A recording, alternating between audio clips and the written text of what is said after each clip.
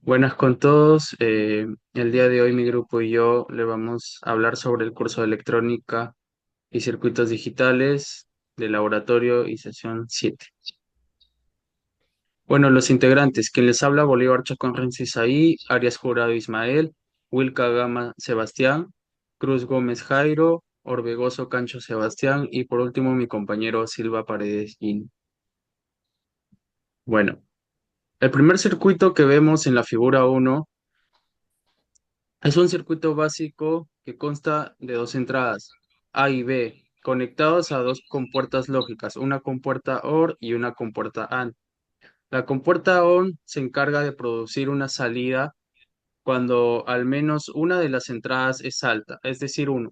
Por otro lado, la compuerta AND genera una salida únicamente cuando ambas entradas A y B son uno. En la tabla uno observamos el comportamiento de este circuito.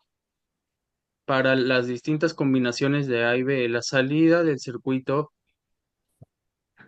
eh, la salida del circuito que llamaremos S, se muestra en dos columnas en voltios y en la forma lógica binaria 0 o 1.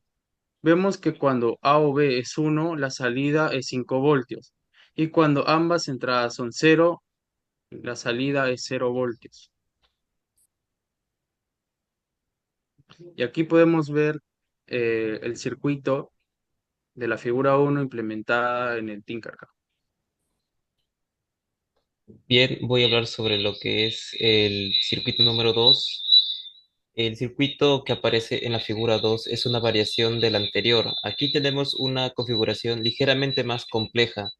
Seguimos trabajando con dos entradas A y B, pero ahora tenemos más compuertas en la combinación. En este caso, el circuito parece estar utilizando varias compuertas para generar un resultado más específico. Según la tabla, la salida del circuito solo es alta, es decir, 5 voltios, cuando ambas entradas A y B son 1.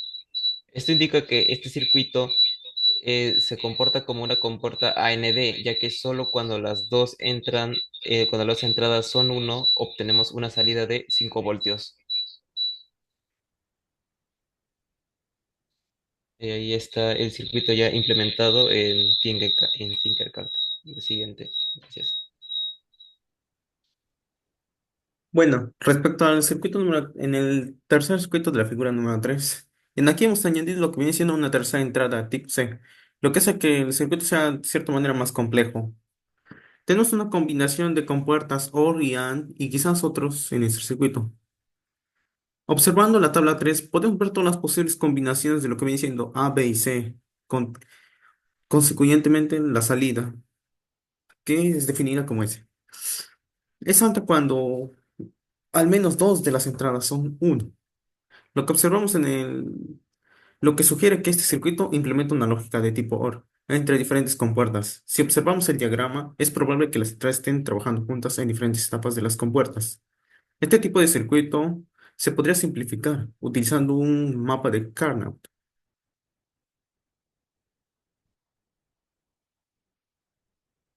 Y bueno, y bueno, retrocede, pues. Y aquí podemos ver el circuito implementado en Tinkercad. Ya, como observaciones, tenemos cuatro puntos en lo que es en la primera, conexiones de alimentación. Esto se debe verificar que los pines de alimentación BSC y GND estén conectadas correctamente, ya que una conexión incorrecta puede impedir el funcionamiento del circuito. En el segundo, tenemos el niveles de voltaje.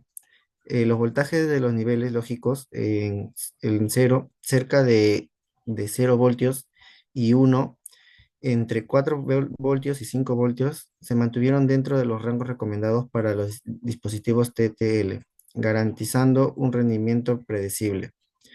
En el tercer punto, las mediciones de los puntos críticos. Las mediciones confirmaron que las salidas de circuitos respondían adecuadamente a las entradas, coincidiendo con las tablas de verdad y las compuertas lógicas.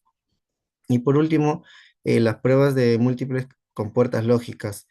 Se implementaron correctamente las compuertas NOT, AND, OR y XOR con los circuitos integrados de 7404, 7408, 7432 y 7486, validando su funcionamiento a través de las tablas de verdad que coincidieron con las funciones lógicas operadas. La alimentación adecuada de los circuitos integrados TTL, conexión de los pines BCC y GND, es esencial para garantizar su funcionamiento. Según las pruebas realizadas, la falta de conexión adecuada de estos pines pueden causar fallos y comportamientos erráticos en los circuitos. A través del uso de un multímetro digital para medir los niveles de voltaje en las salidas de los circuitos lógicos, se concluye que es fundamental verificar que los voltajes de la salida se mantengan dentro de los rangos apropiados por los niveles lógicos 0 y 1. Esto asegura que los circuitos funcionen correctamente, evitando zonas de voltaje indeterminadas que podrían afectar el funcionamiento de los dispositivos y causar resultados inconsistentes. Y eso sería todo. Muchas gracias.